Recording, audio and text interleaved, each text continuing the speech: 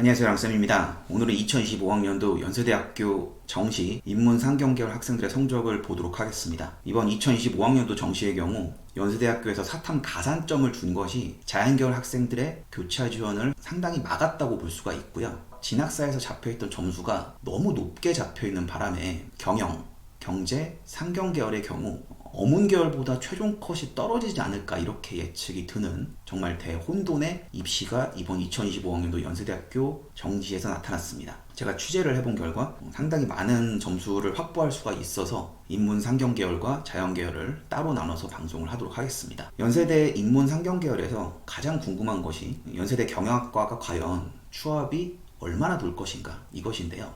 연세대 경영의 경우 이번에 꽤 많이 추합이 돌 것이라고 예상을 해서 점수가 살짝 모자른 학생의 경우 과감하게 경영학과나 경제학부 상경계열을 지원하라고 강력하게 주장을 했었는데요. 최초합 성적을 받은 학생들의 성적을 살펴보면요, 703점대의 학생까지 최초합을 했는데 705점대의 학생들은 나군과 다군으로 빠져나갈 가능성이 상당히 큰 점수대입니다. 첫 번째 학생의 경우 연세대식으로는 상당히 높은 식인데 나군에서 서울대를 못 가는 성적을 갖고 있는 성적이 바로 이 성적입니다. 708점대 형성을 하고 있는데요. 서울대가 생표준 점수를 반영하기 때문에 수학의 표점이 낮은 것이 서울대를 상향 지원할 수밖에 없는 성적입니다. 다음 학생의 성적을 보시면 706점대의 성적인데 나군에서 서울대를 쓰기에 조금 모자른 성적을 갖고 있는 학생의 성적입니다. 첫 번째 성적과 두 번째 성적의 학생은 연세대식으로 상당히 고득점을 하고 있지만 다른 과로 빠져나기 힘든 성적을 제가 한번 가지고 와봤고요. 한 학생 더 성적을 보자면 704점대의 학생이고요. 이 학생 역시 나군의 서울대를 쓰기 모자른 성적입니다. 따라서 이번 경영학과의 추합의 인원이 얼마나 도느냐는 고득점하고 있는 최초합 합격자들 중에서 나군에 빠져나가지 못한 학생들이 몇 명인지 이것을 보는 것이 가장 중요할 것 같고요. 이러한 특수한 상황을 제외하고는 나군과 다군에서 서울대 인문 쪽이나 원광대, 한의대, 상지대, 한의대, 원광대 약학 이쪽으로 학생들이 많이 빠져나갈 것이기 때문에 이 연세대 경영의 경우는 100명 정도의 추합 인원이 발생할 수밖에 없는 구조입니다. 따라서 이번에도 꽤 많이 추합이 발생할 것인데 700점대 초반의 학생들이 쫄려서 다른 학과로 넘어가거나 아니면 고려대로 지원하거나 이러한 학생들이 꽤 많거든요. 그래서 이번에 연세대 경영은 입결이 많이 하락할 것이라고 보입니다. 다음은 연세대 경제학부를 보겠습니다. 연세대 경제학부의 경우는요, 최초합 성적이 698점대에서 형성이 되고 있습니다. 진학사의 경우 701점에서 703점까지로 왔다 갔다 하고 있었는데요. 최초합이 698점대에서 형성이 되니까 역시 경제학부도 입결이 하락할 것이라고 보입니다. 경영학과를 쓰기에 경영학과 점수가 높아 보여서 안정적으로 경제학부를 쓰고 나군의 서울대 인문을 쓰는 학생들이 꽤 있을 것이거든요. 그렇기 때문에 경제학부 역시 추합이 꽤 발생을 할 것이라고 보이고요. 지금 보여드리는 성적의 경우는 연세대식으로 700점대의 학생이고요. 나군에서는 서울대를 지원하기 못하기 때문에 성균관대를 쓸 수밖에 없는 성적입니다. 다음은 교육학부인데요. 교육학부의 특징, 마감일 하루 전까지 한 명도 지원을 하지 않았습니다. 이런 학과의 경우는 마지막까지 원서를 들고 있다가 들어오는 학생들이 상당히 많기 때문에 최종 경쟁률은 다른 학과보다 올라갈 수밖에 없는 상황이 발생을 했고요. 교육학부의 경우 조사를 해보니까 693점대의 학생까지 최초합을 했더라고요. 여러 가지 요인이 복합적으로 작용을 했다고 보는데 교육학부에 대한 선호가 다른 학과보다 떨어지고 진학사의 점수가 엄청나게 높게 잡혀 있었기 때문에 695점대의 학생들이 교육학부보다는 어문계열로 넘어갔을 가능성이 큽니다.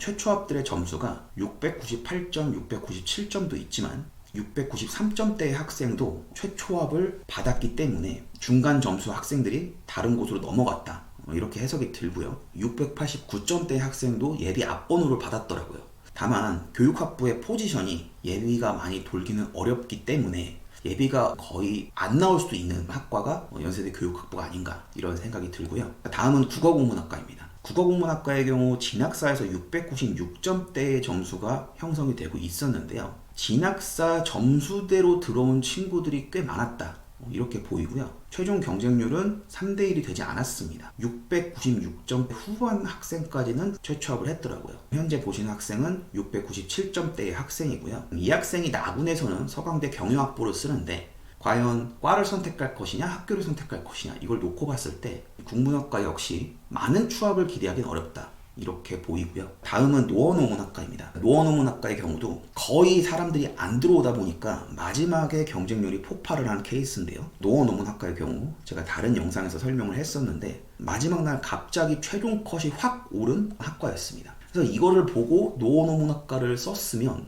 예비번호를 받을 수밖에 없었습니다. 조사를 해본 바로는 693점대 중후반 학생까지 최초업을 한 걸로 보이는데요. 노원어문학과도 예비가 돌기에는 연세대로 오고 싶은 학생들의 욕망이 들어가 있는 학과이기 때문에 쉽게 예비가 돌지 않을 것이다, 이렇게 생각이 듭니다. 그럼 노원어문학과를 쓴 학생이 나군에서는 한양대 관광학부를 쓰면은 최초업으로 붙을 수 있는 성적을 갖고 있더라고요. 다음은 도거동문학과입니다. 도거동문의 경우는 노원어문보다는 조금 선호도가 높은 편입니다. 따라서 진학사에서 보여지고 있는 점수 형태 그대로 합격선이 결정이 됐고요. 695점대까지는 최초합을 했을 것이라고 보입니다. 이 학생 역시 나군에서는 성균관대를 쓸 수밖에 없는 성적대이더라고요. 그 다음 문헌정보학과의 경우는 이번에 입결이 많이 하락을 했습니다. 진학사에서 높게 들어온 표본에 의해서 입결이 많이 하락한 학과인데요. 진학사의 점수 배치를 보면 697점대에서 형성이 되다 크리스마스 때 689점대까지 떨어지고요. 그 다음에 다시 696점대까지 올라가거든요. 이렇게 변동폭이 큰 학과는 노원어문학과처럼 원서를 쓸 때 조심하셔야 합니다. 진학사 상에서 점수가 높고 뽑는 인원이 적기 때문에 693점에서 695점대의 학생들은 문헌정보학과를 피했을 가능성이 매우 높고요. 그러다 보니까 최종 경쟁률이 3대1이 안 되는 현상이 발생을 했고요. 조사한 바로는 691점대면은 무조건 문헌정보학과를 합격하더라고요. 학생 누백이 연세대식으로 4를 넘어가는데 진학사의 12월 31일 진학 누백이 3.28이거든요. 이것은 학생들이 눈치를 보다가 이 문헌정보학과의 입결이 내려갔다, 이렇게 해석을 할 수가 있고요. 그러면 2026학년도에서는 문헌정보는 점수가 안정적으로 남지 않으면 절대로 쓰지 않는 학과가 된다는 것을 알 수가 있습니다. 다음은 불어불문학과입니다. 불어불문학과의 경우 점수대가 생각보다 촘촘하게 유지가 되고 있었고요. 노원어문과 더불어서 마지막에 최종 지원자가 확 몰린 학과라고 볼 수가 있습니다. 이는 마감일 오후까지의 경쟁률이 너무 적었기 때문에 달려든 지원자가 많았다고 볼 수가 있겠는데요. 조사를 해본 바로는 700점대 학생부터 694점대 학생까지는 합격할 수가 있었습니다. 거의 마지막에 합격한 학생의 경우 나군에서는 성균관대 인문과학계열을 쓸 수밖에 없기 때문에 이번에 성균관대 나군에 추합이 많이 발생을 할 것이라고 보이고요. 사학과는 제가 표본을 많이 확보를 하지 못했고 사회복지학과를 보겠습니다.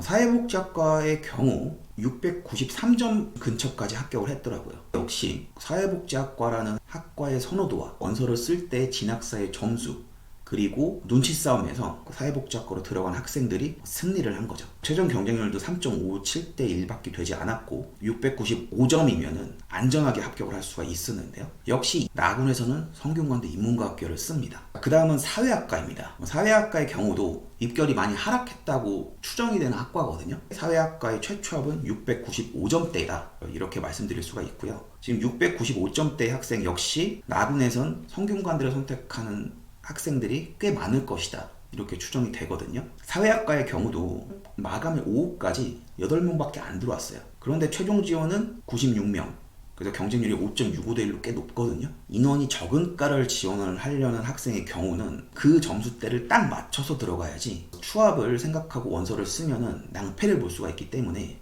2026학년도에도 연세대를 쓰는 학생들의 경우는 인원이 적은 학과는 점수에 맞춰서 들어가야 한다는 것을 명심하셔야 합니다. 그 다음은 상경계열입니다. 상경계열의 경우도 입결 하락이 예상이 되는 학과인데요. 진학사에서 699점부터 701점대의 점수를 왔다 갔다 하고 있는데 제가 확보한 최초합 표본은 697점대 학생까지는 최초합을 했다, 이렇게 보이거든요. 다만 693점대의 학생이 예비번호 앞번호입니다. 따라서 이 상경계열도 마지막 최종 컷은 상당히 내려가지 않을까 예상이 되는 학과이고요. 현재 이 학생의 경우는 나군의 서강대 경영학부를 쓰면은 최초합을 하는 점수가 많이 남는 학생으로 보입니다. 다음은 신학과입니다. 연세대 신학과의 경우도 노원어문학과처럼 연세대를 반드시 가고 싶어하는 학생들이 쓰는 학과이기 때문에 점수대가 안정적으로 확보되지 않은 상태에서 들어가면 무조건 떨어질 수밖에 없습니다. 다만 신학과의 경우 과의 선호도가 낮기 때문에 최종 경쟁률이 3대를 넘지 않았거든요. 노원어문과 불어불문의 경우는 마감일 오후까지의 경쟁률이 한 자리였죠. 그럼 당연히 그쪽으로 갈 수밖에 없기 때문에 원서 지원을 하실 때 마감일 직전에 경쟁률이 제일 낮은 학과는 정말 조심하셔야 합니다. 신학과의 경우는 693점이 되면 안정적으로 합격을 할 수 있는 점수대가 되는데요. 지금 692점대에서 0.12 차이로 예비 1번, 2번이 나뉘어지고 있거든요. 그만큼 촘촘한 점수대가 유지가 되고 있기 때문에 이 신학과의 경우는 원서를 쓰실 때 남는 점수가 아니면 함부로 들어가서는 위험하다라는 것을 이번에도 느낄 수 있었습니다. 그 다음 영어영문학과인데요. 영어영문학과의 경우 경영, 경제, 상경계를 쓰기 애매한 친구들이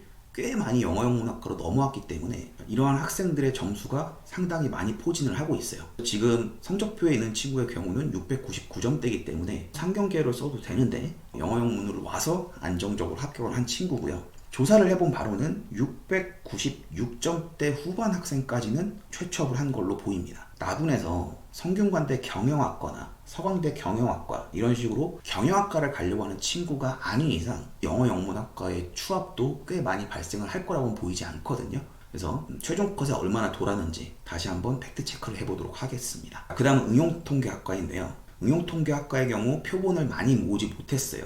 인원이 19명밖에 없는데 작년에 응용통계가 펑크가 났죠.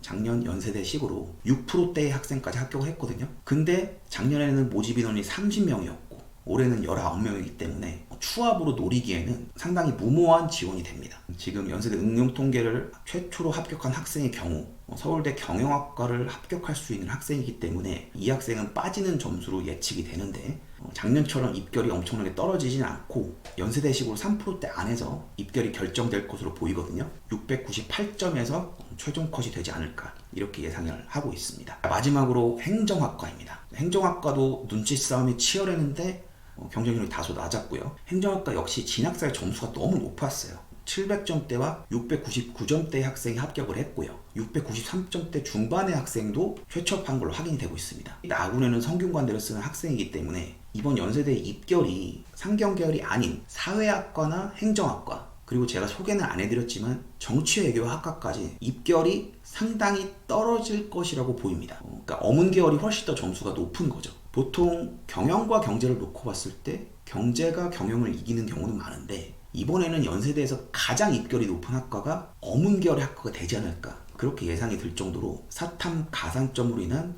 교차 지원의 감소 그리고 진학사가 너무 높게 원서를 잡고 있었다. 이 두 가지가 이번 연세대 정시에 상당히 큰 영향을 끼쳤다고 보고 있습니다. 방송 녹음 기준으로 오늘 고려대학교가 발표를 했는데 고려대학교도 엄청난 펑크가 있습니다. 계속 제가 분석을 해서 최초합 점수들을 알려드릴 거고요. 2026학년도에서 연세대학교를 지원하려는 학생들의 경우 가장 중요한 것은 다른 점수를 확보하는 것도 중요하지만 영어를 1등급 맞는 것이 가장 중요해요. 지금 확보한 학생들의 영어가 1등급이거든요. 연세대 입문에서 영어 1등급과 2등급은 8.3점의 차이가 납니다. 엄청나게 큰 차이기 때문에 2등급을 받으면 연대보다는 고대를 선호하거든요. 그런데 고대의 입결도 진학사에서 높게 형성이 되고 고려대는 교과 우수와 인원을 나누다 보니까 인원 자체가 줄어들어서 많은 학생들이 성균관대를 지원한 걸로 보입니다. 자, 여기까지 영상 시청해 주셔서 감사하고요. 최초합한 학생들 정말 진심으로 축하드립니다. 여기까지 랑쌤이었습니다.